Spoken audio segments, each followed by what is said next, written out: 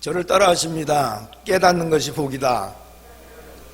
그렇습니다. 깨달을 때 천국문이 열어지고, 깨달을 때 은사가 임하고, 깨달을 때 성령이 역사하고, 깨달을 때 축복이 뭔가를 우리가 알게 됩니다. 그래서 기독교에서는 가장 소중한 것이 뭐냐? 하나님의 말씀을 깨닫는 거예요. 못 깨달으면 막혀서 열어지지 않고 힘들고 어려운데, 오늘 이 시간 여러분들이 예배 드리시다가 여러분의 영이 활짝 열려서 천국에 계신 주님 바라보다가 감동되시는 하루가 되시길 주의 이름으로 축원합니다. 우리가 성경 속에 기록되어져 있는 말씀을 계시라고 얘기합니다.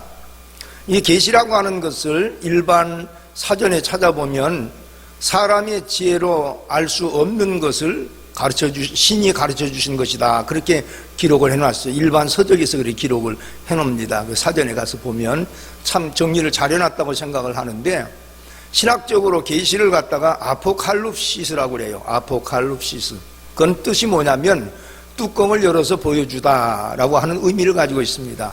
그러니까 이 말씀은 바로 의도된 것을 의미한다 그 말이에요. 아무나 다 볼 수는 있지만 하나님의 비사로 감추어진 놀라운 비밀들과 기적들, 하나님께서 우리에게 말씀하시고자 하는 그 의미들은 누가 알 수 있냐? 하나님이 열어서 보여주신 자입니다. 오늘 여러분이 다 그런 분인 줄로 믿습니다. 아멘. 그것이 뭐냐면 바로 성령 인스피레이션, 성령의 감동이 임할 때에 바로 우리는 하나님의 말씀이 깨달아질 수 있다는 얘기입니다. 그래서 우리는 늘 인내할 때마다, 하나님 앞에 예배 첫 시간 들어갈 때마다 하나님은 영이시니 하나님께 예배하는 자는 신령과 진정으로 예배할지냐 그래서 사람의 생각 가지고는 전혀 하나님의 신령한 영적 세계를 갈파할 수 없습니다. 그러나 우리가 성령의 감동을 받기만 하면 하나님의 영적인 세계는 활짝 열려지게 될 줄로 믿습니다. 오늘 그 본문을 우리가 보면 예수님께서 이 땅에 오셔서 30세 나사렛에서 이렇게 사시다가 30세의 공생의 삶을 들어가시는 것을 마태복음 4장에서부터 우리가 찾아볼 수 있습니다.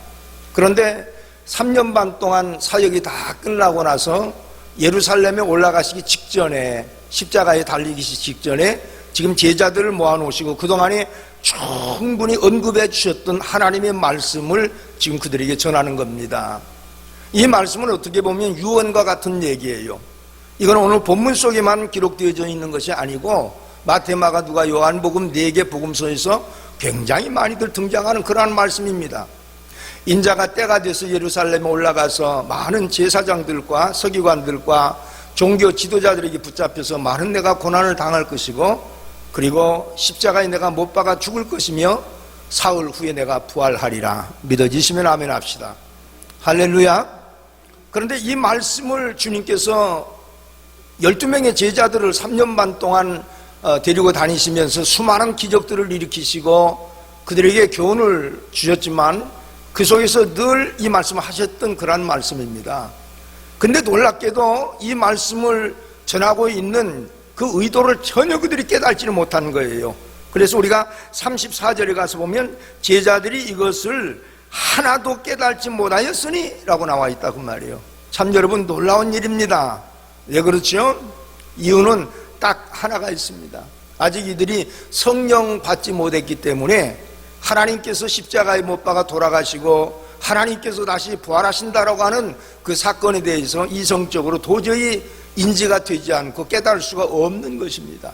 여러분, 이 자리에 계신 분들은 예수님께 십자가에 못 박아 돌아가시고 사흘 만에 부활하셨다고 하는 거 믿으십니까? 할렐루야. 그거 여러분 내 의지 아니에요. 내 지식 아니에요. 성령께서 깨닫게 하신 것인 줄로 믿으시기를 바랍니다. 자, 그렇다면 주님께서 3년 반 동안 제자들에게 그와 같은 사역을 통해서 늘 트레이닝하시고 그들에게 말씀을 전해주시고 인자가 결국에 십자가에 못 박아 죽었다가 사흘 만에 부활하리라, 그들의 귀에 못이 박히도록 많이 말씀을 알려주셨는데 왜 3년 반 동안 전혀 하나도라고 나와 있습니다. 하나도 그들이 깨달지 못했느냐? 예수님의 말씀하시고자 하는 의도와 받아들이고 있는 그 제자들의 믿음의 그 차이점이 과연 무엇인가? 오늘 본문 말씀을 통해서 우리가 다시 한번 인지 한번 해보고 정리가 잘 됨으로 여러분이 성령 받아서 여러분의 심령까지 부활시키는 하루가 되시길 주님의 이름으로 축원합니다. 아멘.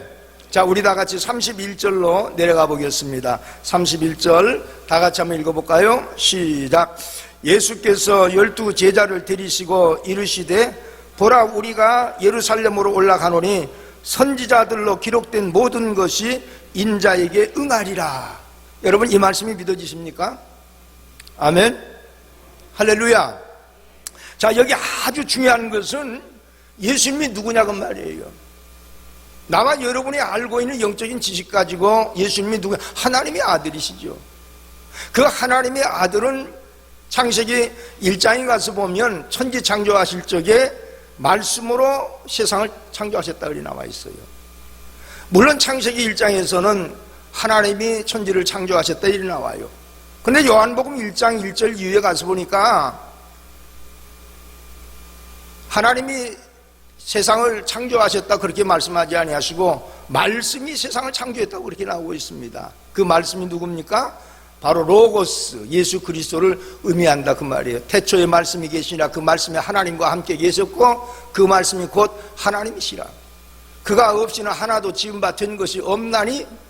그러니까 지금 오늘 그 본문 속에서 선지자들을 통해서 기록한 말씀을 응하리라고 하는 것을 받아들였던 그 예수님은 누구시냐면 그 선지자들이 기록한 그 말씀의 바로 주인공이시라고 말이에요. 여러분, 놀랍지 않습니까? 그 당신께도 직접적으로 말씀으로 천하를 창조하신 분이시기도 하시고 섭리하시고 알파 오메가 되신 그 하나님이 충격적인 것은 선지자들을 통해서 기록해 놓은 말씀이 나에게 응하리라 그렇게 말씀을 하고 있다고 말이에요. 자, 여기에서 우리가 한 가지 인지해야 될 아주 중요한 사건 하나가 있는데 그것이 뭔가 하면 하나님은 말씀을 초월하지 않는다는 겁니다. 할렐루야. 우리 그리스도인들이 하나님의 말씀을 굉장히 많이 듣는 시대 아닙니까? 멀티미디어를 통해서, 라디오를 통해서, 아니면 이어폰을 통해서 말씀 넘치는 시대가 됐죠. 그런데 말씀을 많이 듣는 것도 아주 중요하지만 말씀을 우리 심령 가운데 얼마만큼 우리가 뇌마시키고 사느냐, 그것은 더 중요합니다. 왜 그렇습니까? 말씀을 듣고 우리가 내 심령 가운데 내 삶에 그 말씀이 응하여지지 않는다라고 하는 것을 우리가 느끼고 산다면 그 사람은 성령 받은 사람이 아니죠. 자, 우리가 하나님의 말씀을 들을 때마다 아멘 왜 합니까? 그 하나님의 말씀이 내게 그대로 임하여지기를 원합니다. 할렐루야. 그것이 바로 아멘이라 그 말이에요. 그래서 하나님의 말씀은 예수 그리스도 안에서 얼마든지 이해가 되나니 그런지 그런 말미암아 우리가 아멘하여 하나님께 영광을 돌릴지니라. 그러니까 하나님의 말씀이 뚝뚝 떨어지는 순간 아멘, 아멘으로 받으면 주님께서 너무 기뻐하신다고 말이에요. 왜요? 그대로 살기를 원하는 우리 마음속에 소망이 있기 때문에 그래요. 그런 사람들에게 주님께서는 어떻게 하시죠? 바로 성령을 보내주셔서 능력을 힘입고 그 말씀을 이뤄나가는, 그래서 삶 자체가 신령한 열매로 주렁주렁 맺게 하시는 30배, 60배, 100배로 결실케 하시는 하나님의 섭리가 그 속에 있기 때문이라는 얘기입니다. 그래서 예수님께서는 이 땅에 오셔서 당신의 얘기를 하지 않아요. 아버지가 말씀하신 것을 내가 너에게 말하노라 그렇게 말씀하셨잖아요. 아버지가 하신 일을 내가 하노라 그렇게 말씀하셨어요. 그래서 여러분, 예수님께서 이 땅에 오셔서 3년 반 동안 짧은 공생의 세계를 여러분 우리에게 필요하실 적에 전부 다 뭘로 말씀을 하셨냐면 경에 기록하였으되, 하나님의 말씀이 구약 선지자들을 통해서 기록해 놓은 말씀을 다 인용하신 사건을 우리는 볼 수가 있습니다. 참 기가 막힌 것이죠. 자, 그런데 여기에서 우리가 한 가지 인지해야 될 사건은, 문제는 뭐냐면 제자들이다 그 말이에요.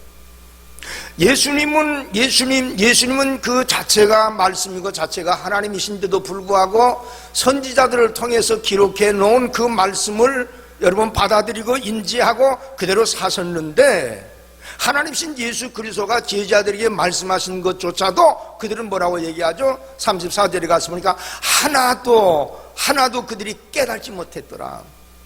이건 정말 충격적인 이야기입니다. 왜 그랬을까요? 왜 깨달지 못했을까요? 그건 다른 것이 아니고 하나님의 말씀에 대한 사모함이 없기 때문이라고 우리는 얘기할 수 있습니다. 자, 여러분, 하나님의 말씀을 듣는다라고 하는 거 어떻게 듣습니까? 그냥 이어링, 귀로 듣는 것 아니에요. 심령으로 듣는다고 믿어지시면 아멘. 그래서 하나님의 말씀은 씨드라고 나와요. 씨앗. 여러분, 우리가 베드로전서 2장 9절에 가서 보니까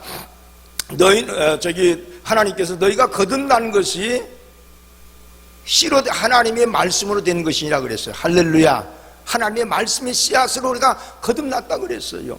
그러니까 그저 단순히 우리가 말하는 이 사람들이 말하는 그 랭귀지 그리고 어떤 사운드 그게 아니라 그 말이에요. 거기 여러분 하나님의 말씀이 우리 입술에서 나가는 순간 하나님의 말씀이라고 믿어지시면 성령이 우리 마음속에 인을 쳐주셔서 내 마음속에 그것이 깨달아질 수 있도록 뇌마시키는 하나님의 작업을 우리는 너무나 많이 체험하라고 살지 않습니까? 여러분이 하나님의 말씀을 받을 적에는 여러분 마음을 다 내려놓고 사모하는 심령으로 받아야 돼요. 그래서 우리가 사도행전 10장 44절에 가서 보면 베드로가 이 말을 할 때에 듣는 자들에게 임하는 성령이라고 말씀을 하고 있어요. 성령은 언제 찾아오시느냐? 착한 일 할 때도 찾아오시고 우리가 복음을 전할 때 찾아오시고 다 좋습니다. 그런데 언제 가장 강하게 역사하시느냐?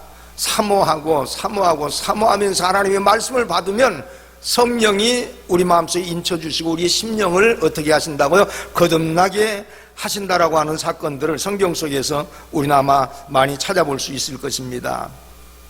우리가 요한복음 13장 36절에 가서 보니까 주님께서 그런 말씀을 했습니다. 제자들에게 그런 얘기를 했어요. 인자가 길을 가야 되는데 너희가 지금은 오지 못하리라. 나를 따르지 못하리라. 이건 예수님께서 십자가에 못 박아 돌아가실 사건을 예고하신 거거든요.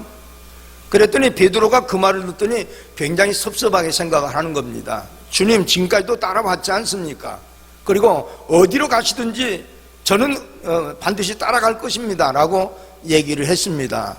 그랬더니 아니야, 너희들은 나를 따라올 수가 없어. 나중에야 너희가 따라올 수 있겠지. 그랬더니 여기 있는 사람 다 버린다 할지라도 저는 주님 버리지 않고 따라가겠습니다. 그랬더니 내가 다 울기 전에 나를 3번 부인하리라. 노 아닙니다. 자, 그런데 그가 어떻게 됐죠? 결국에 작은 비자 앞에서도 예수님을 뚜리타임 3번씩이나 저주하고 부인했습니다. 충격적이에요. 많은 사람들은 이것을 너무 비겁한 베드로가 아니냐라고 얘기할지 모르겠습니다. 그런데 여기에서 우리가 한 가지 인지해야 될 사건은 뭐냐면 하나님의 말씀이 우리에게 그리스도의 입술을 통해서 전하여지는 순간 우리는 그 말씀이 내게 응하여진다라고 하는 것을 인지하고 그 말씀을 받아들여야 된다고 말이에요. 자, 여러분 성경 속에 보면 축복과 저주가 같이 흐르잖아요. 그런데 오늘날 기독교인들이 하나님의 축복은 자꾸 받아들이는데 저주하는 것, 경고하는 것, 여러분 우리에게 훈계하시는 그런 하나님의 말씀의 양식은 받아들이지 못하는 경우들이 너무너무 많습니다. 자, 우리가 성경에 가서 보면 신명기 28장에 주님 그런 말씀하셨죠. 너희가 내 말을 듣고 지켜 행하기만 하면 나가도 복을 받고 들어가도 복을 받고 우양의 새끼가 복을 받으며 떡반죽에 복을 받으리라. 근데 그것으로 끝난 게 아니에요. 신명기 28장 14절 이후를 내려가서 보면 너희가 내 말을 듣고 지켜 행하지 아니하면 나가도 저주받고 들어가도 저주받고 우양의 새끼가 저주받고 떡반죽에 저주받으리라. 그 저주의 섹션이 여러분 축복의 섹션보다 더 깁니다. 충격적이에요. 왜 이와 같이 주님께서는 축복을 해주신다고 말씀을 했고 그 뒤에 우리의 감정이 상할 만한 그런 말씀을 기록해 놨을까? 그건 여러분 노틱스예요. 경고예요. 내가 가다가 그 길이 아니라고 마음속에 감동이 오고 성령 인스피레이션 감동이 오면 되돌아와라 그런 뜻이거든요. 믿어지시면 아멘 합시다. 그러니까 여러분 거기 보면 나가도 복을 받고 들어가도 복을 받고 우양의 새끼가 복 받은 거 모든 만사가 형통하게 된다라고 하는 말씀은 뭐냐면 축복의 길로 가는 사람은 긍정적인 믿음으로 가야 되고 부정적인 길을 가는 사람은 리턴해서 다시 한번 주님 앞에 돌아오라는 뜻이에요. 그러면 다 하나님의 말씀이 우리에게 뭘로 임합니까? 축복으로 다 임할 수 있다라는 얘기죠.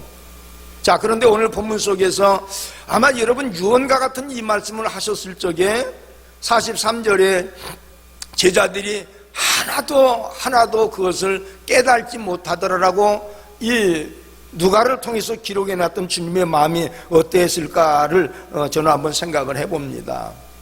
자, 이번 사순절 기간 동안 저는 참 하나님 앞에 눈물 많이 흘리고 기도 많이 했어요. 정말 여러분, 내려놓고 내 자신을 보니까 우편 좌우편에 못 박아 죽었던 강도들보다 내가 더 악한 사람이더라고요. 그러니까 하나님 앞에 피눈물 흘려가면서 주님 앞에 회개하고, 내가 그렇다고 여러분들 뭐 도둑질 했습니까? 강도질 했습니까? 자, 성경의 로마서에 가시면 그런 말씀이 있습니다. 죄 많은 곳에 은혜가 넘쳤느니라. 이걸 많은 사람들이 오해합니다. 죄를 많이 지면 하나님의 그라티아, 은혜가 넘친다 그렇게 생각하지. 여러분, 그렇게 생각하지 마세요. 죄가 많은 곳에 은혜가 넘친다라고 하는 것은 죄를 많이 깨닫는 자에게 은혜가 넘친다, 그런 뜻이에요.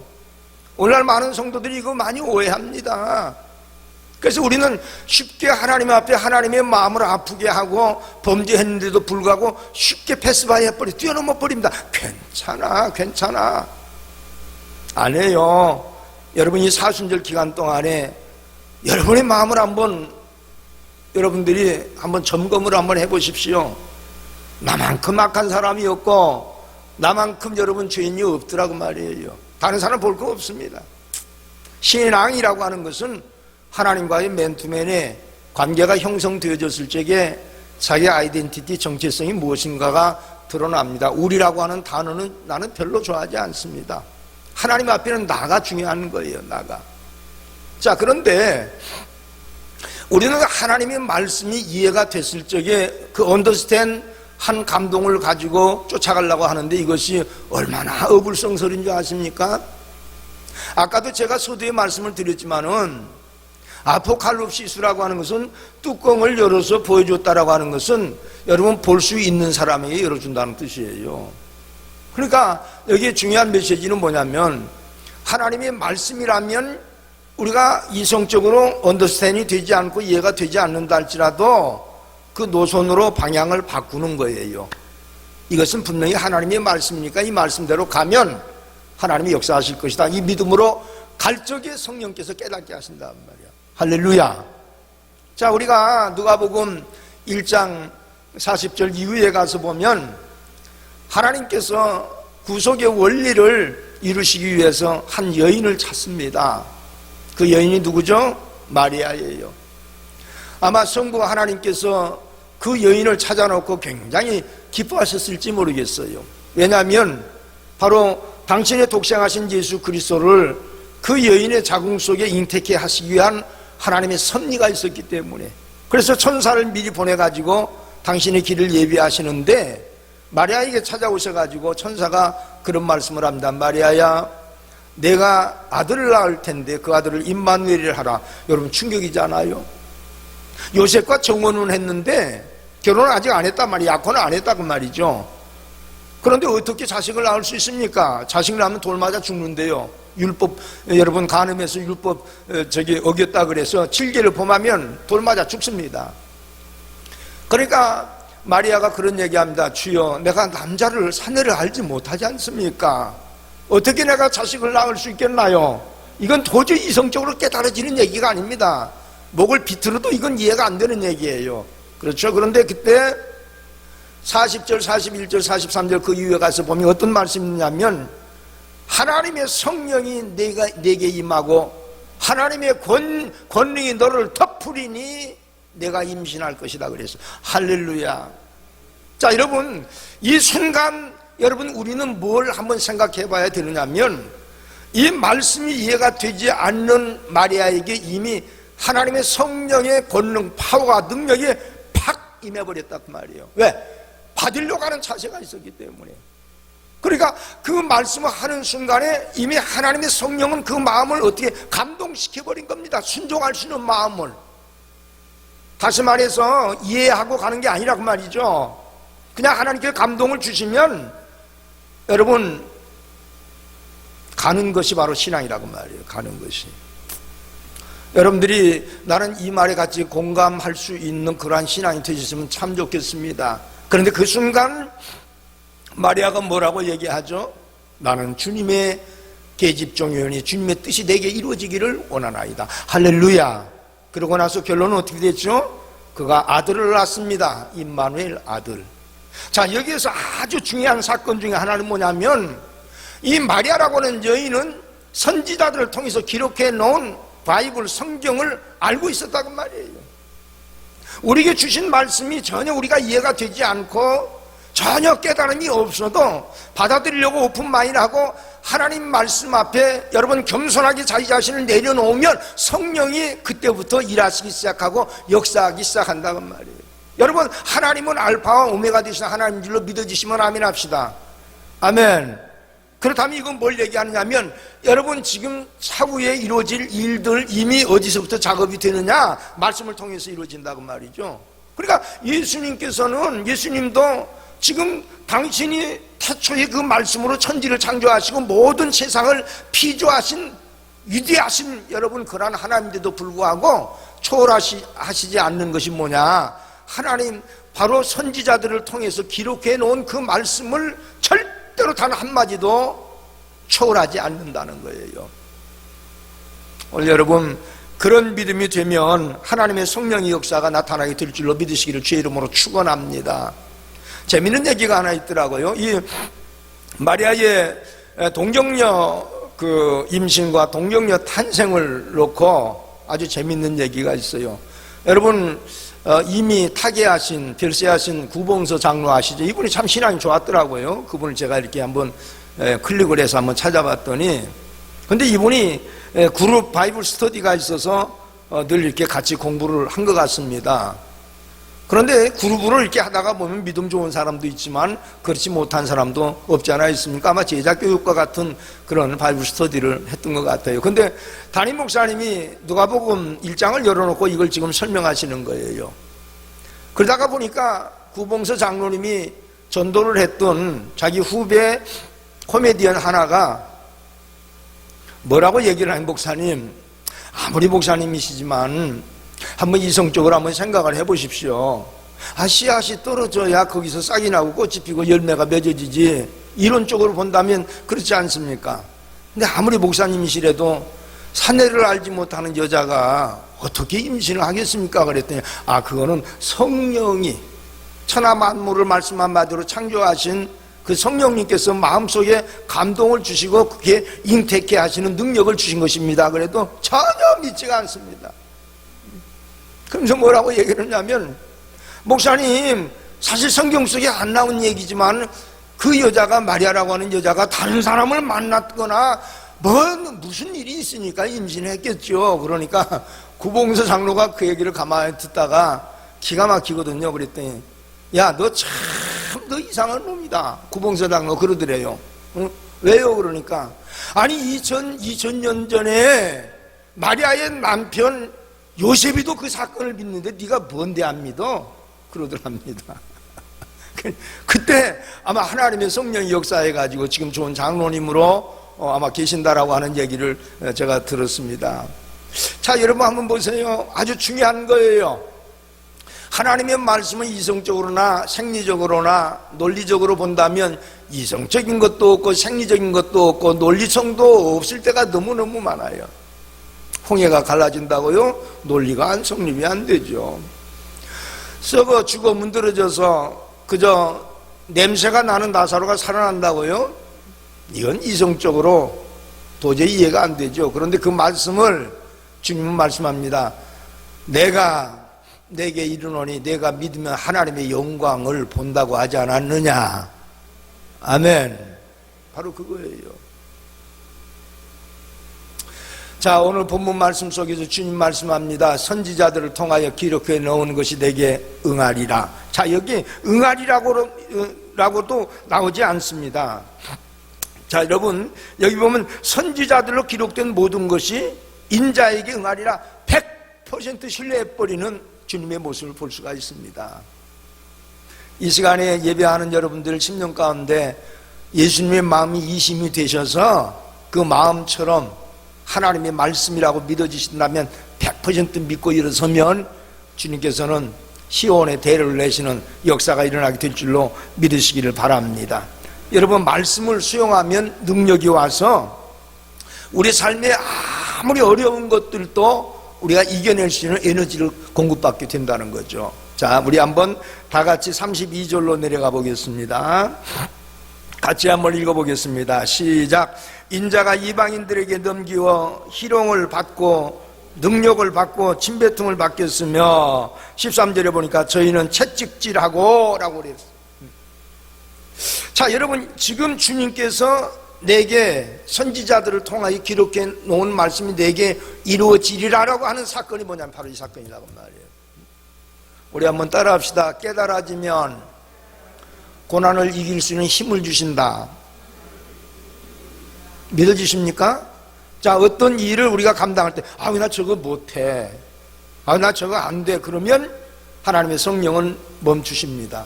그런데 이것이 주님의 뜻이라면 해야지, 그러면 성령이 우리에게 뭘 주신다고요? 그 일을 하면서 당하는 고난들을 이겨낼 수 있는, 여러분 인생의 갭을 뛰어넘을 수 있는, 패스바이 할 수 있는 성령의 능력을 주신단 말이에요.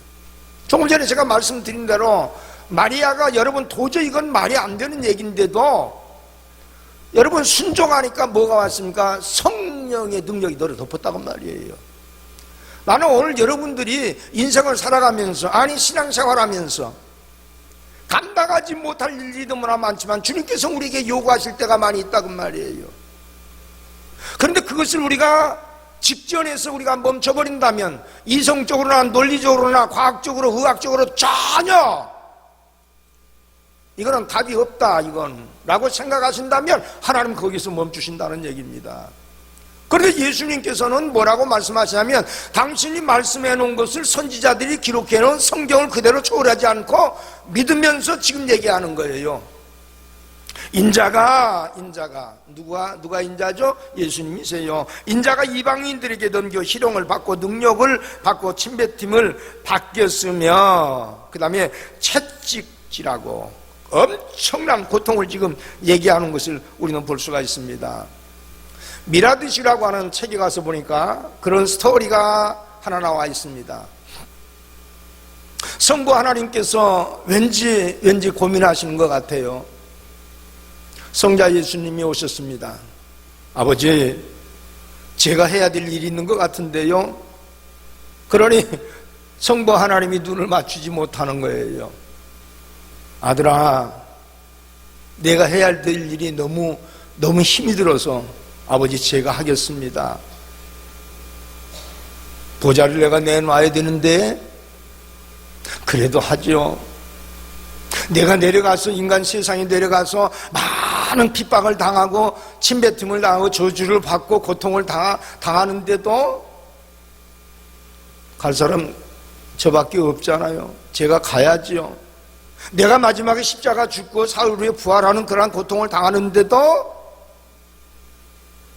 네, 제가 가겠습니다. 그래서 내려오신 거예요. 나는 여러분 그 스토리를 제가 읽으면 눈물이 나더라고요. 성부, 성자, 성령 삼위일체시에 하나님 중에 성자 하나님이 안 계신다면, 가장을 해볼 때 안 계신다면 천지 창조도 있을 수 없고 하나님의 섭리도 다 끊어져 버리고 모든 것이 다 무로 돌아갈 수 있는 그러한 타임인데 하나님이 아들을 버리시겠다는 거예요. 그것이 성부 하나님의 뜻이라는 겁니다. 그런데 그것이 하나님의 뜻이라면 제가 가겠습니다 그러고 내려왔는데, 그 일을 어디에서 정확하게 갈파를 하고 계시느냐면 이사야서 53장 4절 이후의 말씀입니다. 우리 이사야서 53장 한번 찾아볼까요? 너무 중요합니다. 자, 이사야서 53장 4절에서 6절을 우리 한번 읽어봅시다. 조금 전에 제가 여러분들에게 말씀드린 스토리를 한번 생각해 보면서 한번 읽어보시기 바랍니다. 같이 읽겠습니다. 시작. 그는 실로 우리의 질고를 지고 우리의 슬픔을 당하였거늘 우리는 생각하기를 그를 징벌을 받아서 하나님께 맞으며 고난을 당한다 하였노라. 그가 찔림은 우리의 허물을 인하며 그가 상함은 우리의 죄악을 인함이라. 그가 징계를 받음으로 우리가 평화를 누리고 그가 채찍을 맞음으로 우리가 나음을 입었도다.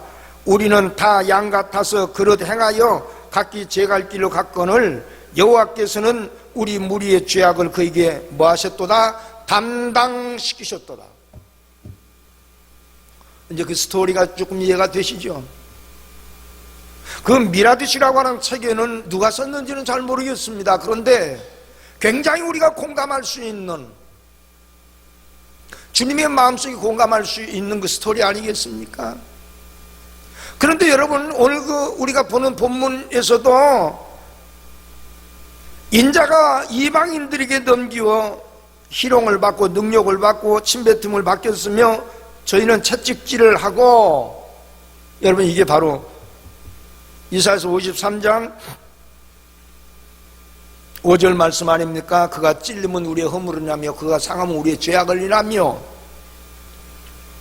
그가 징계를 받음으로 우리가 평화를 누리고 그가 채찍에 맞음으로 우리가 나음을 입었도다. 이사야 선지자가 지금 고백해 놓은 말씀을 예수님께서는 그대로 인용하고 계신다고 말이에요. 여러분 감동되지 않습니까?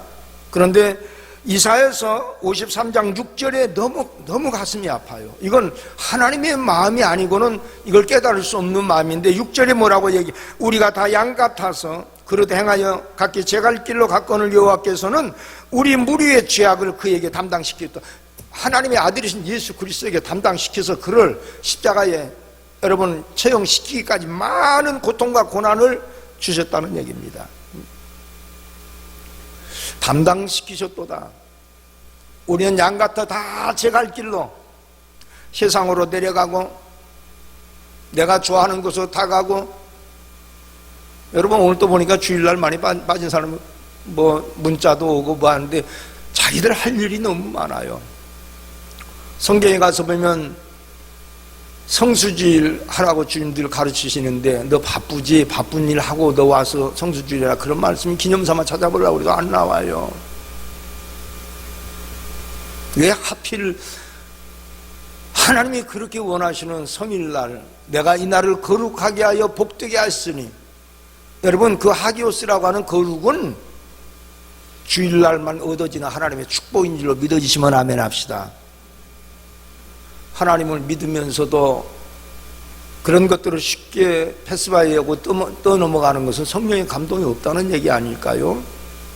나는 이런 부분들이 현대 그리스도인들이 너무나 이제 이런 하나님의 말씀에 대해서 방만하다 그런 생각을 제가 가져보는데요.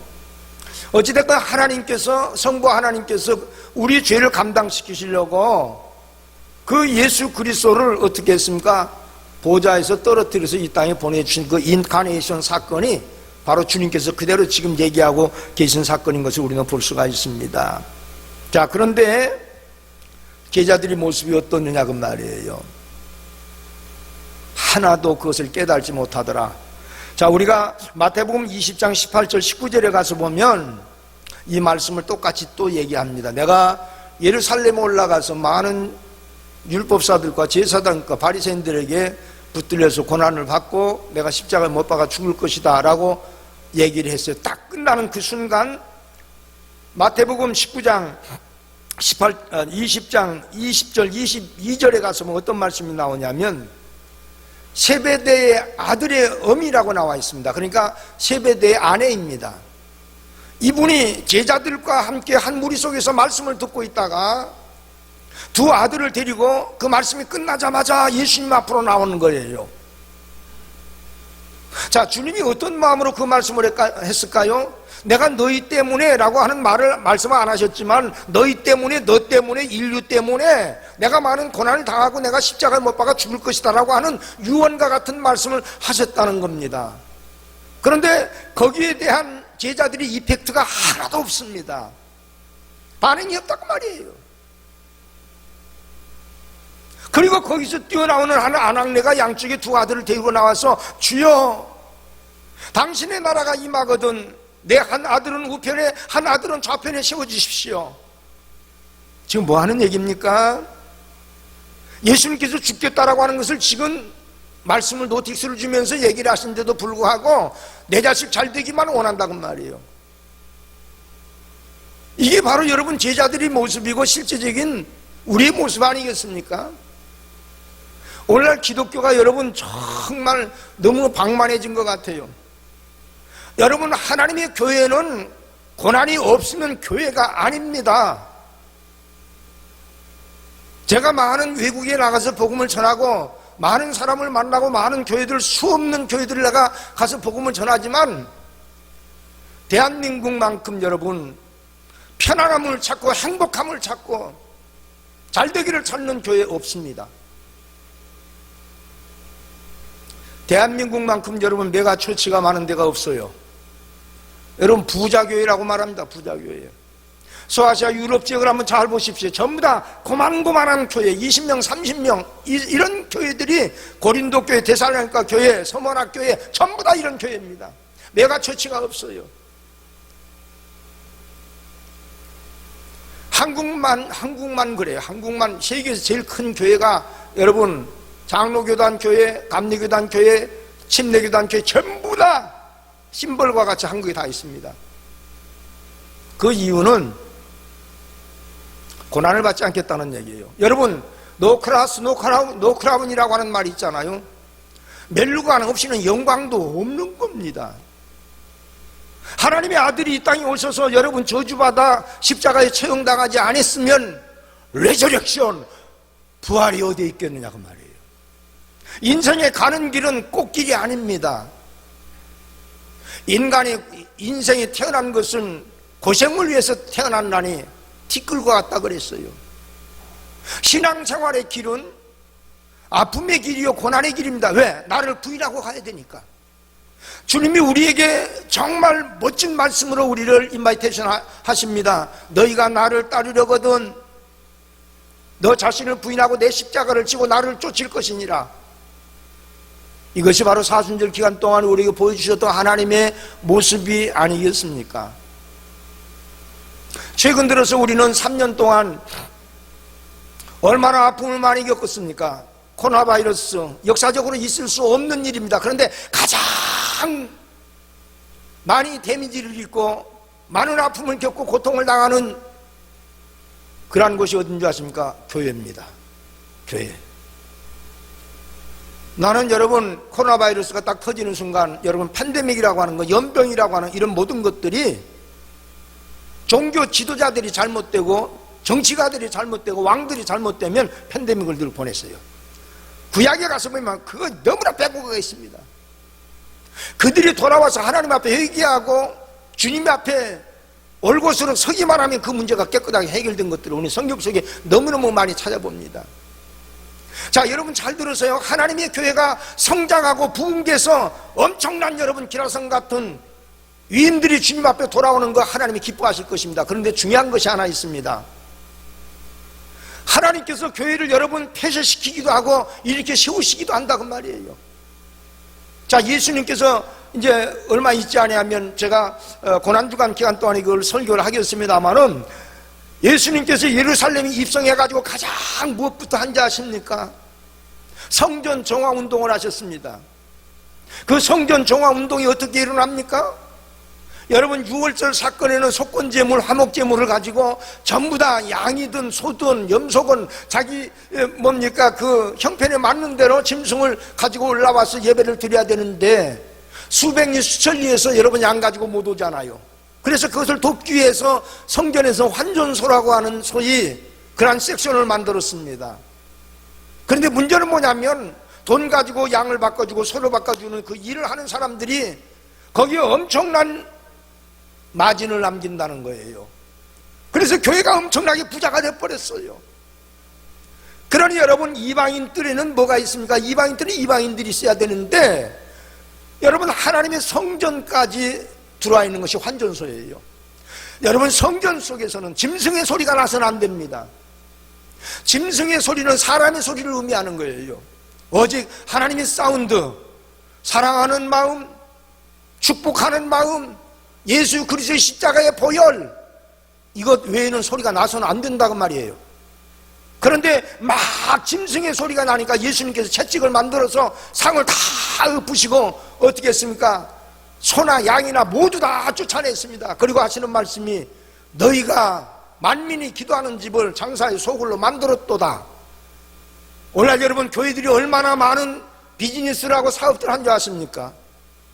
유명한 대한민국의 큰 교회들 전부 다 거기에 다 젖어서 장로, 집사, 권사들이 전부 다 인볼브 다 돼가지고 그 성전을 통해서 먹고 살려고 지금 발버둥을 치고 있습니다. 하나님이 이거 no way. 오직 하나님의 성전은 하나님의 말씀만, 십자가만, 고난과 함께 가야 될 것을 우리에게 이미 예비하셨습니다. 그리고 말씀하시기를 뭐라고 얘기합니까? 여러분, 히브리인들은 예루살렘 성전, 솔로몬 성전을 가는 데마다 자랑을 했어요. 왜? 46년 동안 지었거든요. 다윗이 무려 7조 원이라고 하는 어마어마한 돈을 솔로몬에게 유산으로 남겨서 그 7조 원을 가지고 성전을 지었다고 한번 생각해 보십시오. 한 300억짜리 교회가 수백 개, 수천 개 지을 수 있는 돈입니다. 그러니 여러분, 낭실에다가 전부 다 조각을 파고 조각목에다가 금으로 다 갖다 입혀서 촛불 하나만 켜도 대낮보다도 발광체가 어마어마하게 솟아나는 그 성전을 보면서 이스라엘 백성들은 자기들 스스로 위안을 받았습니다. 그런데 여러분, 아무리 큰 성전이라도 여러분, 천하 만물을 말씀 한마디로 지으신 하나님이 그 속에서 대접을 받으시고 거기 거하시겠느냐 그 말이에요. 그것이 자기들의 프라이버시고 그것이 자기들의 뭐예요? 자랑거리였습니다. 그랬더니 주님께서 말씀합니다. 내가 이 성전을 돌 위에 돌 하나 남지 않게 내가 헐어버리리라. 그러면서 다시 한번 도전합니다. 너희가 이 성전을 헐라. 내가 사흘 만에 내가 다시 한번 이렇게 세우리라. 그랬더니 네가 그 말을 어떻게 그렇게 할 수 있느냐? 46년 동안 성전 지었는데 이것을 헐면 내가 사흘 만에 이것을 지어? 여러분, 말도 안 되잖아요. 무슨 얘기인 줄 아십니까? 당신의 몸을 얘기하는 거예요. 사도행전 20장 28절에 가서 보면 하나님의 교회는 몸된 하나님의 성전이라고 그랬잖아요. 그러니까 여러분, 그렇게 그것을 자랑스럽게 생각하고 부욕해하게 생각하는 그 성전을 주님께서 멸하시겠다는 거예요. 그 말씀이 끝나고 나서 여러분, 티투스 장군에게 의해서 정말 예루살렘 그냥 세상 말로 작살나버렸습니다. 주춧돌 위에 돌 하나 남지 않게 전부 다 회파돼 버리고 바벨로니아 파사로 여러분 아수르 다 포로로 끌려갔던 성전 회파 사건을 여러분 기억하십니까? 왜 이런 현상이 교회에서 일어나고 있을까요? 교회에서 고난이 없다는 거예요. 요즘에는 여러분 성전에서 청소 하나도 안 하려고 그럽니다. 여러분, 내 생각에는 저는 그런 생각을 해요. 차라리 용역회사에서 와가지고 돈 주고 했으면 좋겠다라고 하는 생각도 들어가요. 그런데 하나님의 성전인데요. 교회 안에서 여러분 어떤 일만 있어도 협조하는 사람들이 별로 없습니다. 왜요? 힘들다는 거죠. 기가 막힐 일들입니다. 미국에 가면 여러분 크리스탈 처치 로버트 슐러 목사님이 지었던 어마어마한 성전을 여러분 기억하실 것입니다. 이것은 우리가 살고 있는 근대에 대한민국의 여러분 목사님들이 미국을 갔다 그러면 그 크리스탈 처치 가서 예배 꼭 드리고 옵니다. 어마어마하게 지어놨습니다. 하나님의 축복이라고요? 그렇습니다. 축복이죠. 그런데 왜 그 교회가 크리스탈 처치가 수정교회가 왜 망했습니까? 고난이 없기 때문에 그래요. 로버트 슐러 목사님이 죽고 나서 그 아들 프랭크 슐러가 감당했는데 몇 년 감당하지도 못하다가 와르르르 다 무너졌습니다. 하나님의 성전은 여러분 주님 말씀합니다. 내 이름으로 두세 사람이 모인 곳에 내가 너와 함께함이라. 예수 이름으로 모인 것이 예수 이름은 고난 자체 아닙니까? 영광을 다 버려버리고 내가 너희와 함께함이라. 사람과 함께함이라. 여러분 예수 이름이 고난이에요. 예수 이름이. 그런데 오늘날 새벽기도 하는 것, 금요철에 하는 것, 예배 드린 것마저도 힘들어한다고 말이에요. 힘들죠. 그런데요, 최근 들어서 제가 생각하는 것 중에 하나가 뭐냐면 인생은 어찌됐건 전쟁이구나. 전쟁. 나와의 영적인 전쟁이에요. 내가 나를 이기면 세상으로 나가는 것이고 하나님의 영이 나를 이기면 교회로 돌아오는 것이지요. 믿어지시면 아멘 합시다. 할렐루야. 그럼요. 옛날 우리 선조들 한번 잘 보십시오. 못 먹고 못 살았어도 피눈물 흘려 기도하고 자녀들이 다 잘 되고 하나님 앞에 감사하고 사는 그러한 일들이 여러분들의 길을 하고 있지 않아요. 옛날에 여러분 우리 삶을 돌아보면 아버지 한 분만 벌어서도 어찌됐건 먹고 살고 가정의 평화를 지키고 했습니다. 그런데 아버지도 뛰고 어머니도 뛰고 아들도 뛰고 딸도 뛰고 포잡을 뛰는데도 불구하고 쩔쩔매고 있어. 왜? 하나님 없는, 고난 없는, 십자가 없는 신앙생활 때문이라고 저는 생각을 합니다. 코로나 바이러스 이거요, 하나님께서 하나님의 사람들 마지막 때에 모으시는 신호라고 여러분 생각하지 않습니까? 저는 그런 생각이 이렇게 자꾸 들어요. 그래서 여기 제자들은 자꾸 고난을 리젝트합니다. 내가 십자가에 못 박아 죽을 것이다 그랬더니 주여 그리하지 마시옵소서. 베드로가 막았잖아요. 그 말씀이 언제 나옵니까? 주는 그리스도에서 살아계신 하나님의 말씀입니다. 성령의 감동으로 고백했던. 그래서 바요나 시몬아 내가 복이 있도다. 내 믿음의 반석에 내가 교회를 지으니 음부의 권세가 너를 당하지 못하리라. 여러분 이 말씀을 초월하지 마십시오. 그 좋은 믿음의 반석 위에 교회를 세울 적에 뭐가 있다고요? 어둠의 권세가 있다는 거예요. 그런데 우리는 자꾸 세상 길로 나갑니다. 좋은 것만, 편한 것만, 복된 것만 찾으려고 나간다고 말이에요. 리빙스턴이라고 하는 유명한 아프리카의 선교의 아버지라고 하는 분, 여러분 아마 아실 거예요. 많이 설교 시간에 거론된 분입니다. 이분이 아프리카에서 16년 동안 사역을 전개해 나가는데 충격적인 것이, 말라리아로 여러분 수십 번씩 고통을 당하고 원주민들에게 붙잡혀가지고 매도 수없이 맞고, 그뿐만이 아니라 먹고 사는 것이 얼마나 힘든지 먹는 것보다 굶는 것을 너무나 많이 체험을 했고, 그런데다가 사자에게 물려, 저기 저 손을 한번 잘 보십시오. 왼팔을 한번 잘 보십시오. 사자에게 물려서 불구가 돼버립니다. 리빙스턴이. 그러고 자기 고향으로 돌아갑니다.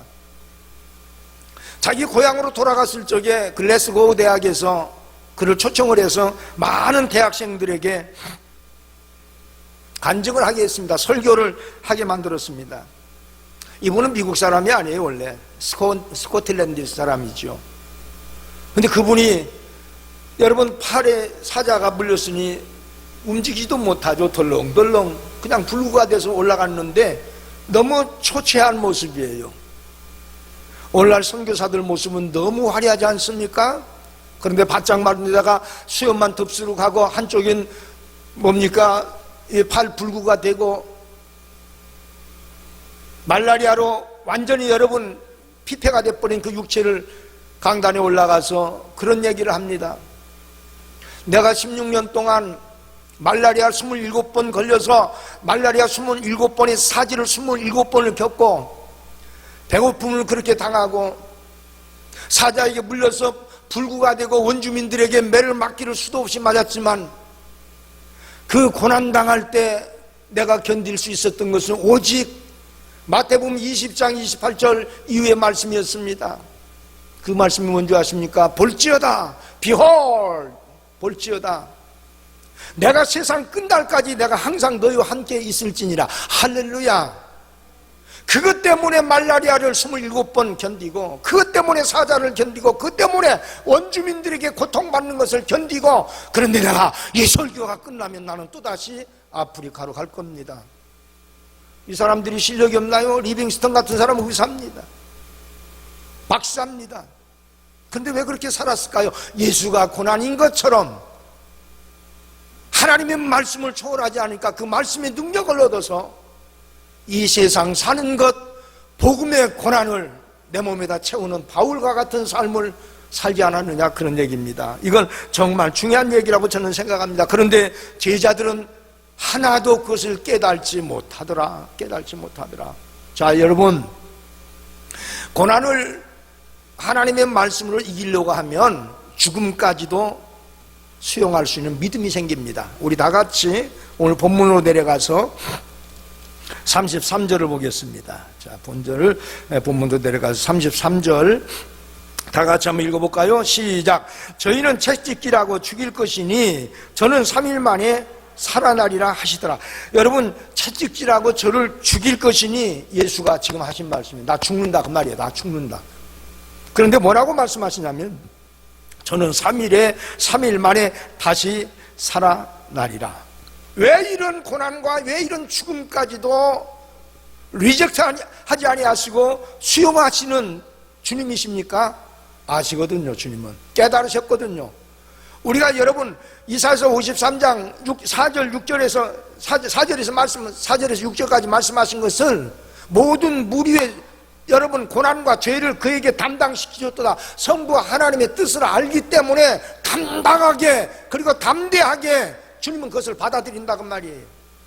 장로나 권사 집사 뭘 얘기합니까 여러분? 고난이거든요.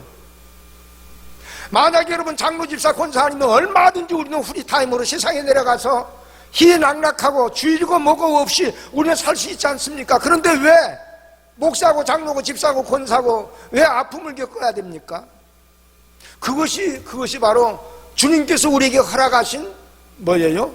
고난이요 복음의 에센스 핵심이기 때문에 그런다는 얘기입니다.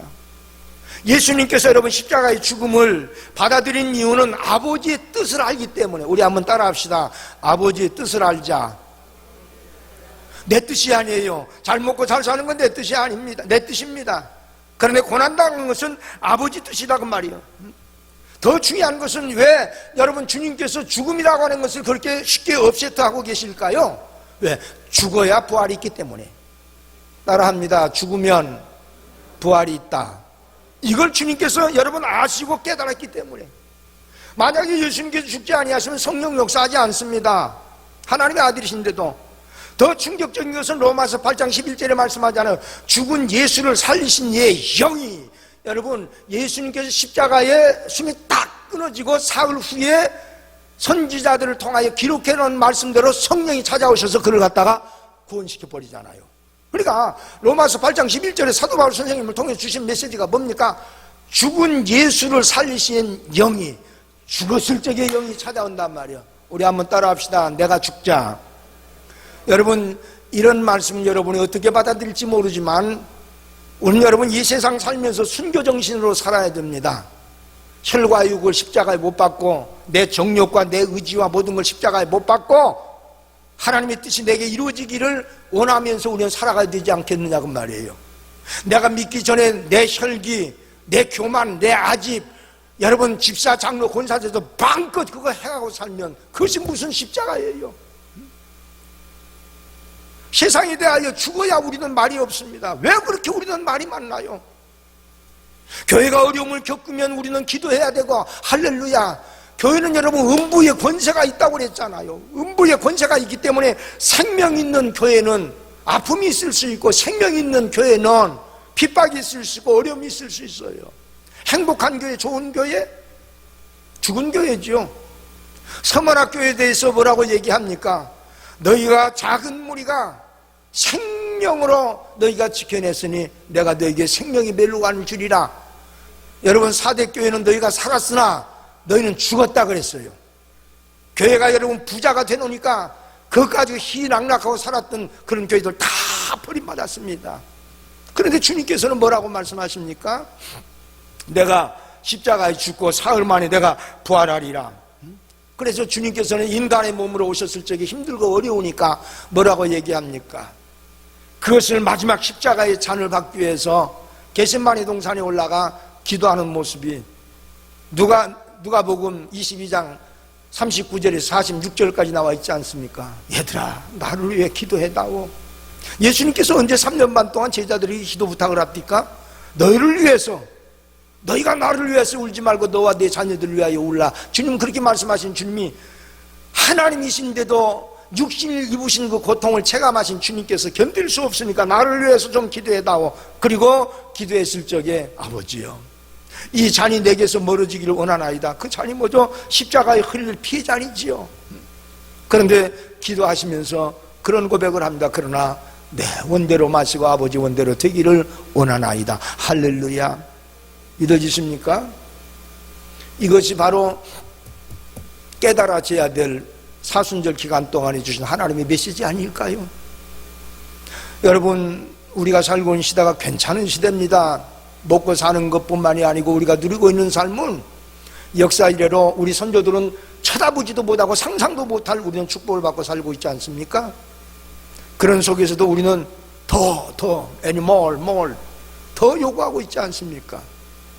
나는 이번 십자가 고난을 우리가 생각해 볼 수 있는 그러한 사순절 기간이 여러분이 됐으면 참 좋겠어요.